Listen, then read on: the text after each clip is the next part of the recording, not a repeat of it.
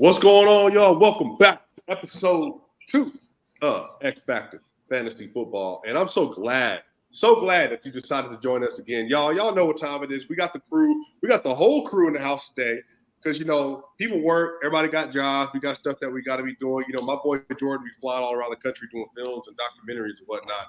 That's the future James Cameron right there. What's up, bro? How you feeling today?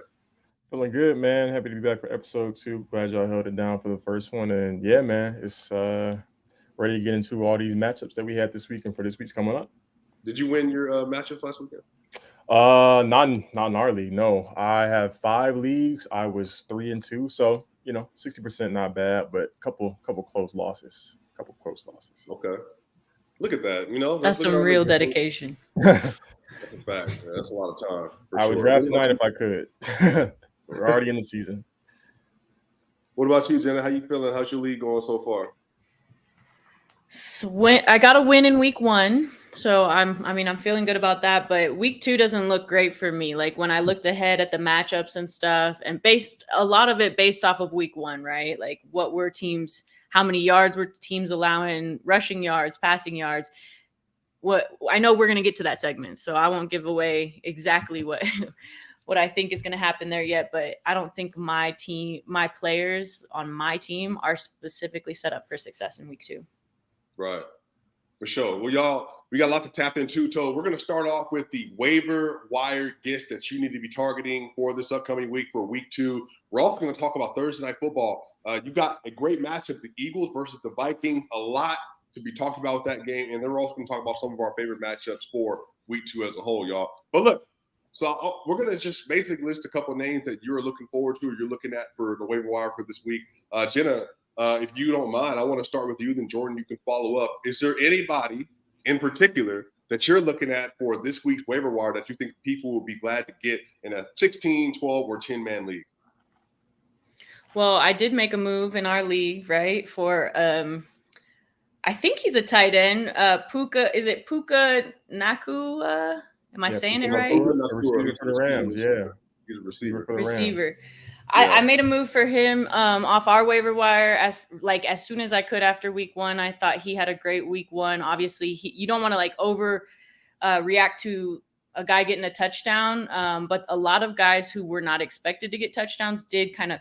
We talked about this in episode 1, right? Swiper, you give the ball to the guy who you trust to get it down the field, but then sometimes they'll hand it off to the backup just to get it for the TD. And those are good points. So I liked picking him up. A lot of the guys that I liked on my list for waiver wire pickups are already picked up in our league because we have really smart owners in our league. Like all these guys were drafted actually kind of high.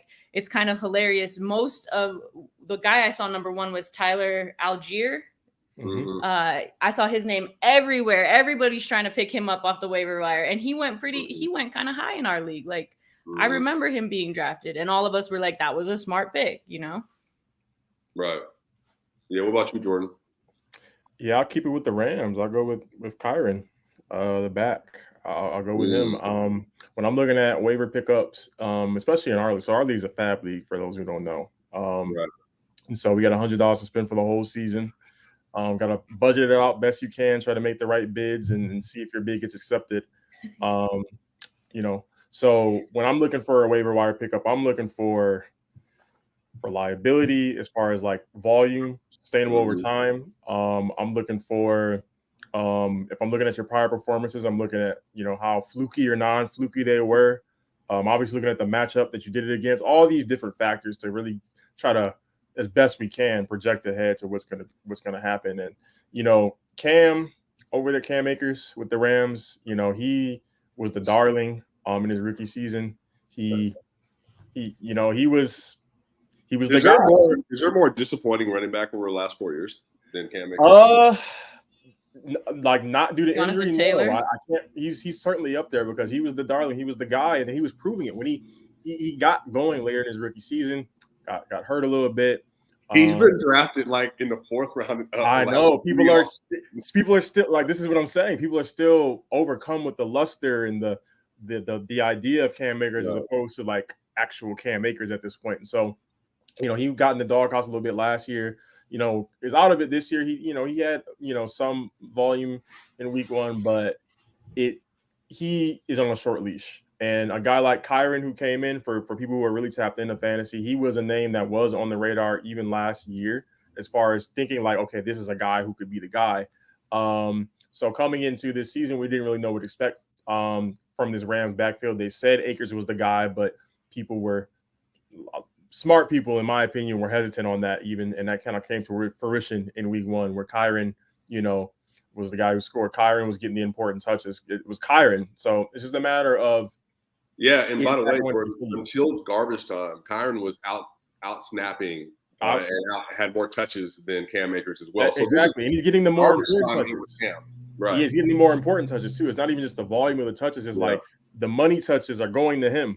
So I don't think that that's something that you just see in week 1 and all of a sudden just reverts completely to the opposite in week 2. Rams backfield is unpredictable, but Kyron's going to be involved at the very least. And the fact that he's getting those valuable touches and the fact that he did well with them, and it came in a win when no one is expecting them to win in week 1 period, I only see that boding well for him moving forward. So that's, especially if you need a back, we know backs are valuable in fantasy. That's the guy for me. Yeah, it's so funny that you were talking about this, right? Because going into week 1, the only person we heard on the Rams offense was Cooper Kupp went down. But everybody, this is going to be Tyler Higbee's year. This is going to be a tight end 1 season for Tyler Higbee. And then all of a sudden you get, again, Puka Nacua. He's 6'2", 22 years old, 205-pound rookie. And he gets 15 targets. 15 targets. No faking that. Catches 10 balls for 119 yards. That's crazy volume, especially in your first game. So for me, they're going to be without Cooper Kupp until week 5. So again, if you have the chance, he's probably already gone in your league, but if you have the chance to go get him, that's the guy that I'm absolutely targeting. I think that would be a good get. I also like something Jenna did earlier today. Jenna can, explain what happened exactly when she made this selection on her waiver wire at some point. But I did like Kendrick Bourne. She picked up Kendrick Bourne. Week 1, Kendrick Bourne actually had a very good game. Again, Kendrick Bourne's been a little bit he's bounced around a little bit. He's very talented. He's 6'1", 205. This is year 6 for him. But Kendrick Bourne last week had 11 targets, 6 receptions for 64 yards and 2 TDs. He had a 91% snap percentage, and he was wide receiver 5 on the week. So again, this is how you should think about fantasy football. You want to find players that are premium positions: running back, receiver, tight end. And you want to see if they get a significant snap share, because the more they're on the field, typically the more volume they're going to get. Especially, they have a couple players in that offense that you're starting, that you're utilizing. Really, is Stevenson. And then after that, you don't know. So the fact that you have a potential number 1 receiver in a mid-level offense that's going to have more of a target share this year, Kendrick Bourne, that's why it was a really great pick for Jenna. I think that was a great idea. But, we're also about teaching people basics of fantasy football as well. So, Jenna, would you like to maybe just explain what happened a little bit earlier today? Again, just let it give us some insight. Okay, well, Jordan mentioned we're a fab league, whatever that means. Not fabulous, because it's not fabulous. That's not what it stands for. We also can't be fabulous.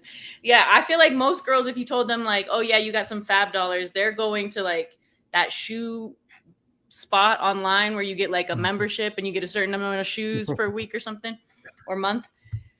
I don't know what this was. I just saw I had money, and then I saw somebody else in the chat said that they put money and players together for a trade or some kind of combination. So I was like, oh, I have to put money down.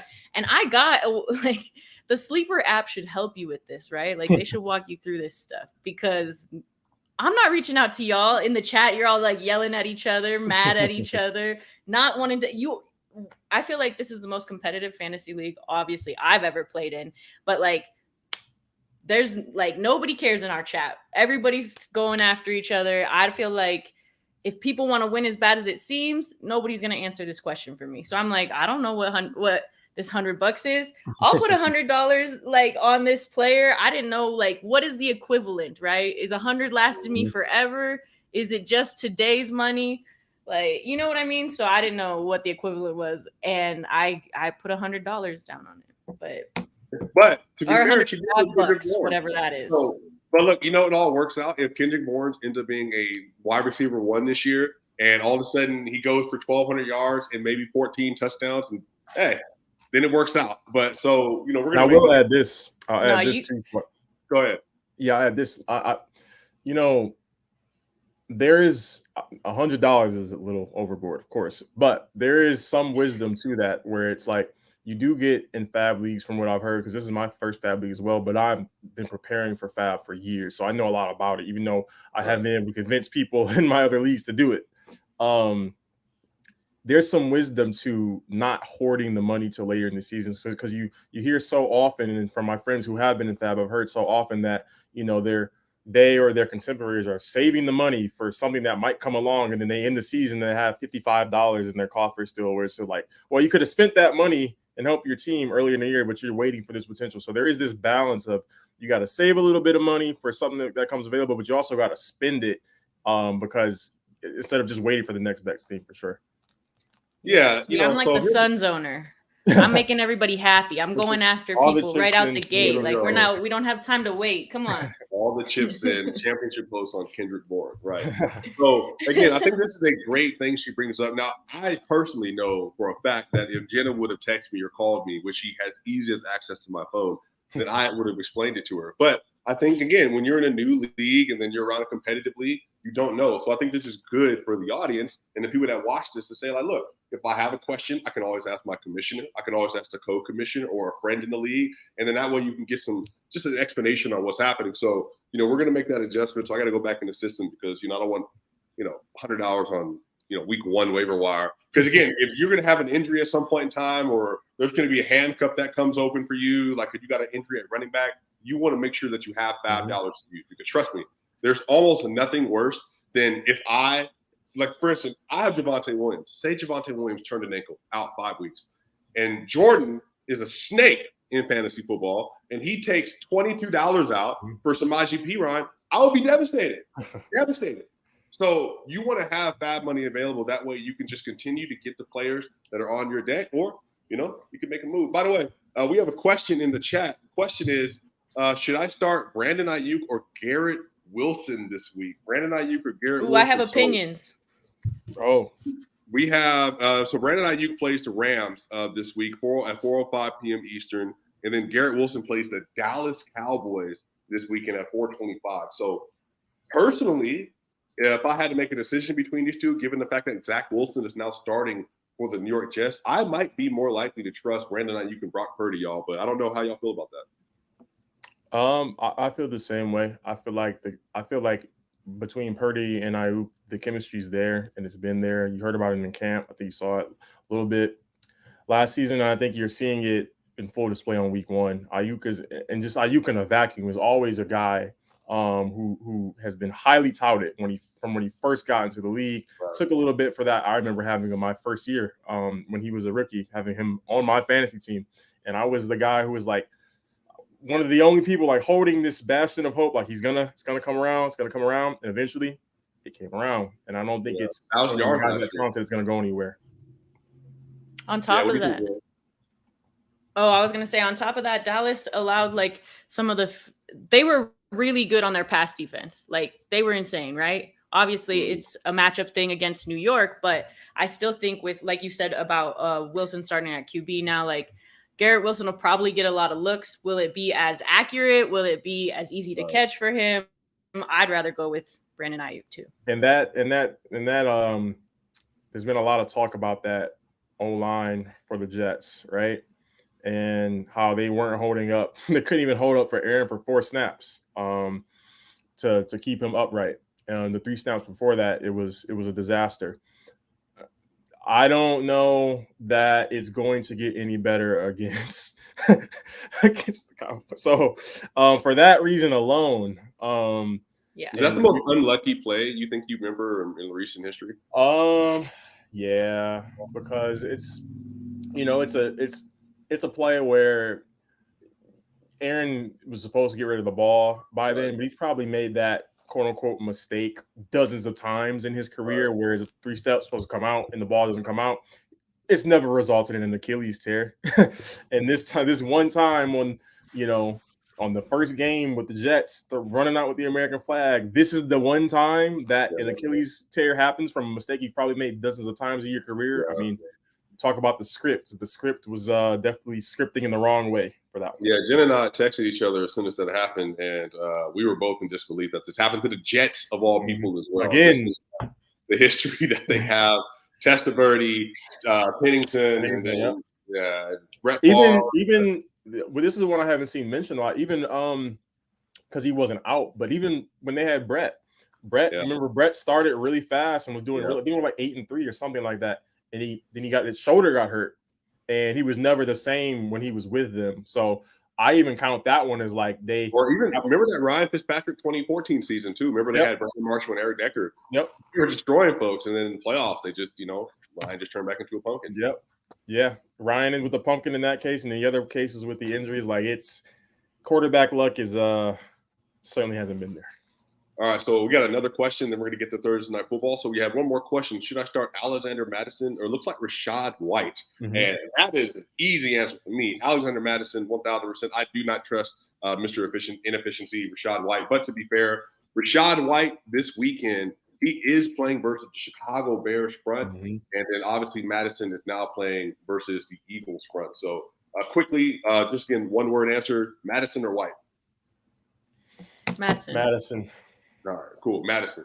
So, y'all, we're trying to keep that as a Rachaad White owner. Look, I get it. And then on top of that, just the value alone, you drafted Madison probably in the third round, fourth round. So, all right, y'all, we got Thursday Night Football. We have the Minnesota Vikings with apparently the wide receiver one in fantasy possibly. And then on top of that, they're playing against the Eagles, who Jalen Hurts struggled a little bit last weekend. Another one of those underperformers.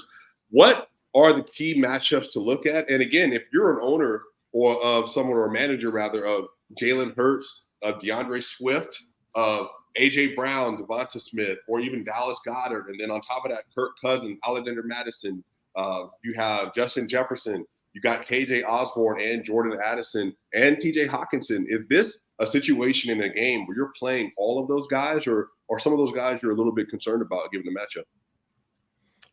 I'll go first. I'm not. I think this early in the season, for me, I view the first 3 or 4 weeks in fantasy, especially as you've heard Bill Belichick say, like the first 4 weeks. I think it was Bill Belichick who said like the first 4 weeks of the actual NFL season are like you're gathering data, right? You're really trying to see what your team is, what the identity is, who you can trust in certain situations and not.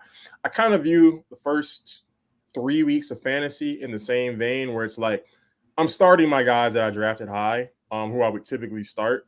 Even if it's, there could be a borderline case where if I drafted really well and I have some guys, 1 or 2 guys on my bench who are flex worthy, so that one of my flex spots might fluctuate depending on the matchup. But for the most part, I'm starting everyone for sure. So I'm starting my Madison. I'm starting, Jettas, of course. I'm starting Jalen. I'm starting Hawkinson. I'm starting all my regular guys. Where it comes into question for me is a guy like Kirk. And, the Eagles defense is, especially the front seven, is can be hellacious. And we know how Kirk can turn into a pumpkin when he's under any semblance of pressure. And so that is one of those cases where if it's between a guy like Kirk or somebody who is around that same. How about, let me ask you this: would you be more comfortable with Sam Howell, for instance, versus the Broncos, or Kirk Cousins versus the Eagles? I probably wouldn't go that far. I'd probably go Kirk. I need to see a little bit more of Sam. For me, it's more so like a guy like a Dak, right? These guys these guys. I'm thinking of these guys who are in that same 8 to 12 range, where it's like some people have 2 of them. I know I have both of them. I brought through 2 names because I have both of them on roster, and I know some other guys who have a Geno or a Kirk or a Dak. They might have 2 of them on the roster so they can kind of match up hunt. That's where it becomes more borderline for me. Who do you think you trust really quickly? And then Jen, I would love for you to speak about this. Who do you think you trust the rest of the season, Tua or Kirk? Oh, Tua. The scheme, the weapons. I mean, they were flying around last year when he wasn't hurt. It's Tua easy for me at this point. And I didn't expect to say that, but it's Tua. What about you, Jenna? What do you think about the matchup tomorrow, Vikings and Eagles? I think for the Vikings, I think Justin Jefferson will have a lot better week 2 than he had week 1. Like his numbers, I know I thought we mentioned him as like being disappointing a little bit, like coming in a little bit lower than what we thought for week 1. I firmly believe like their wide receivers are going to get more touches because of how bad the Eagles pass defense was. They are top, like worst 4, allowed 306 passing yards in week 1.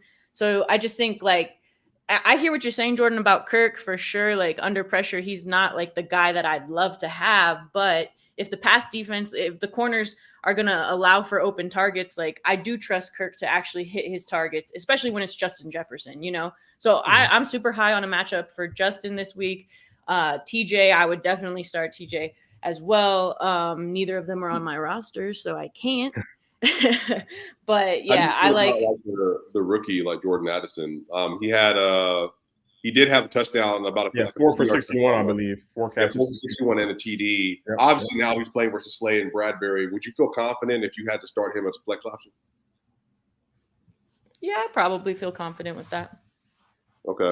I mean, going off of week 1, right? Like I said, you don't want to overreact. Like the guys who prove themselves all season long, like Justin Jefferson, like I'm not overreacting. Like Jordan said, if I drafted you high, I'm probably playing you this week. Like my roster, I was looking at some of the guys I have outside of this Thursday night game, and I don't think that they're particularly set up for great matchups. Like the Broncos, I have a running back, and he's going up against the Broncos. Their rush defense was pretty good, so I'm not thrilled for that, right? But in this Thursday night matchup, I like the wide receivers for the Vikings to have a big. Yeah, so I am of the mindset, play everybody. Because I thought the Pats were going to do crap. They were down 16-0, and all of a sudden this game, and I'm over here looking like, okay, but where's Slade? Where's Bradbury? Where's this vaunted defense? So I think that I would be guaranteed starts in this game for me are going to be also this little bit of a risk. So you can, matter of fact, this might be my play of the week. I think that if Kenneth Gainwell doesn't play this week, I think DeAndre Swift has a good game. I think DeAndre Swift can have a good game.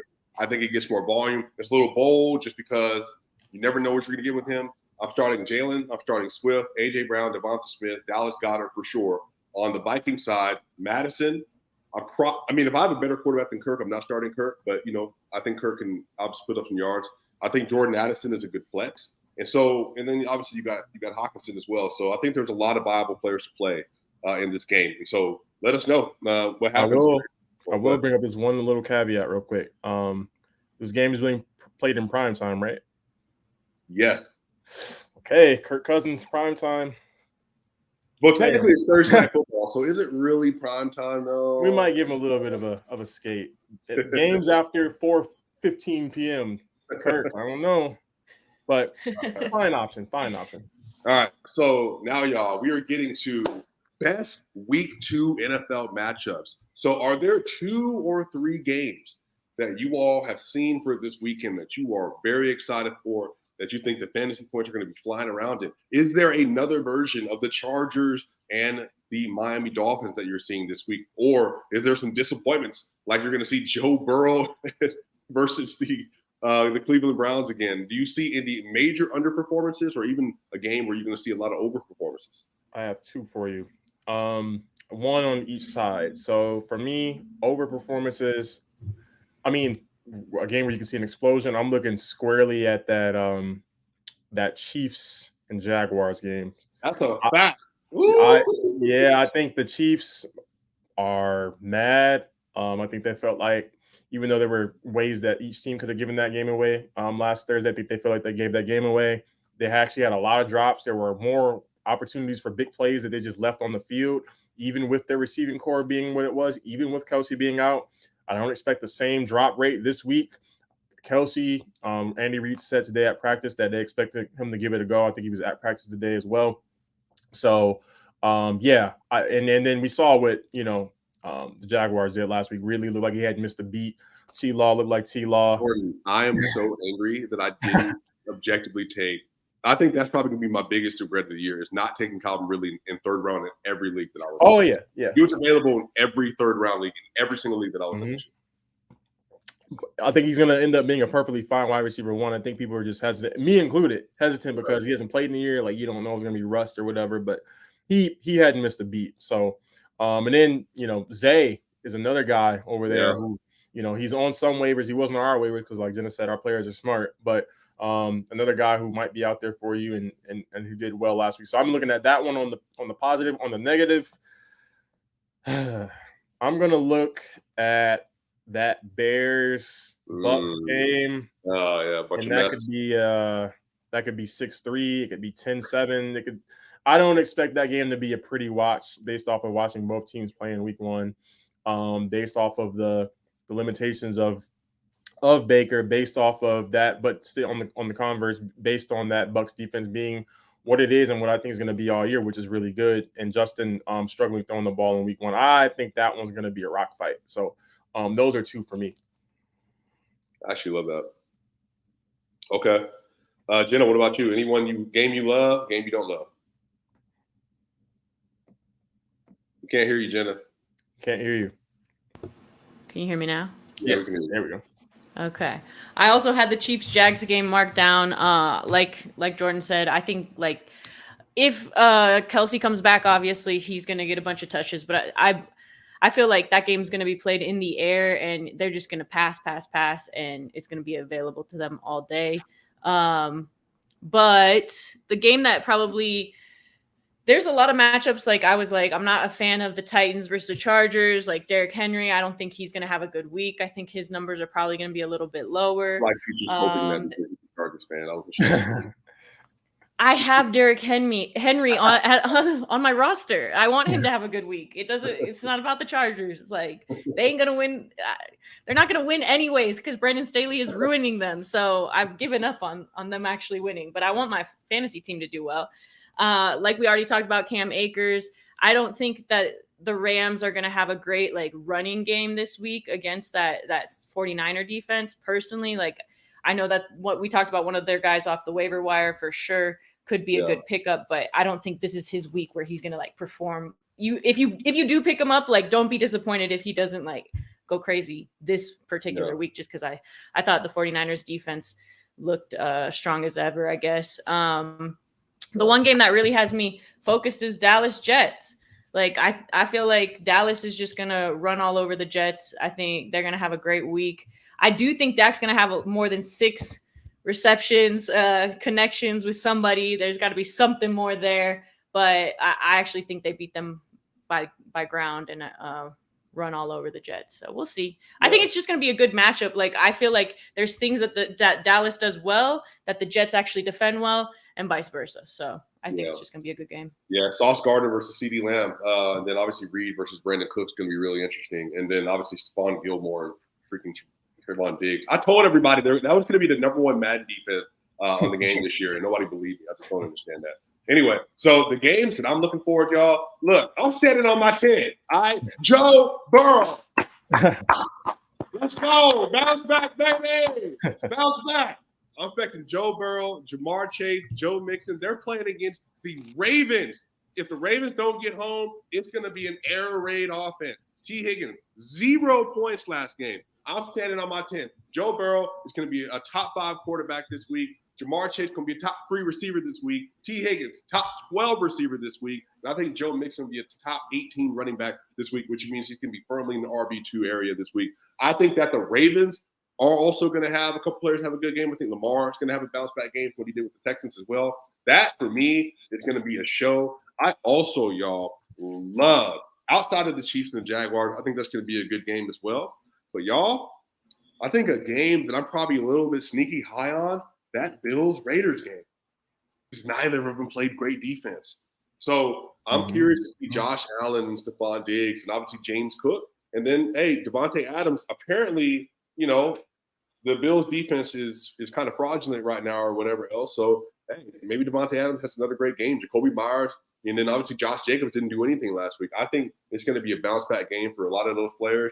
I think that could be a higher scoring game than people are realizing. So I got that and the Bengals being my 2 over-performances of the week.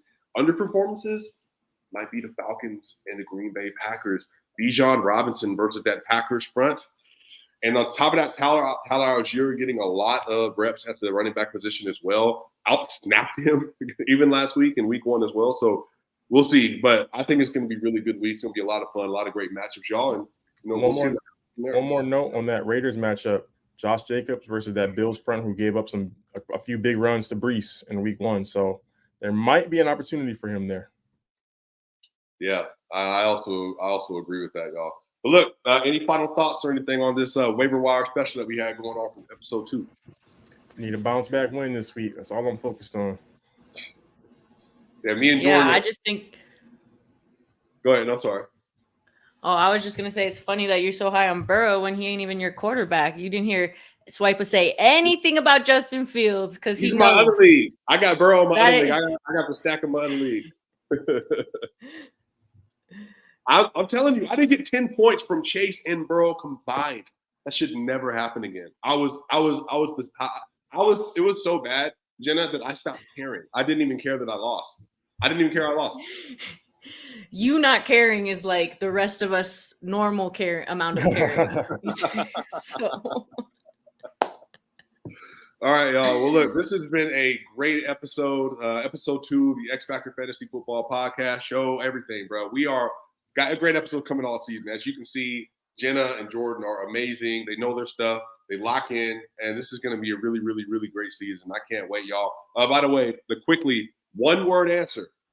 Should this person trade Keenan Allen for Jalen Waddle full PPR league? No. Wait, he's getting Waddle? He's getting Waddle, yes. Yeah, that's what I'm wondering. Oh, yeah, absolutely. Then yes. Yeah. Y'all tripping on Keenan Allen, man. I don't know. That's kind of a wash to me. I just think Waddle, obviously, having Tyreek Hill on the field, but Waddle can still have 110 catches again. So if the trade includes a hamstring coming back with Keenan Allen, then I might consider doing it. But I'm not taking on Keenan Allen if he's not coming with a spare hamstring. That's just me, though. All right, y'all. Well, look, shout out. Make sure y'all subscribe to the X Factor Fantasy Football. You can see it right there. Subscribe to that channel. Make sure that you continue to support the content. Support Jenna. You can see her handle for her social media accounts. Obviously, my brother Jordan, you can find his social media accounts as well on Twitter. And y'all already know me, Swiper, Mr. Nobody. You ain't got to follow me. But look, y'all. Love y'all. Y'all my people. We see y'all later on the other side.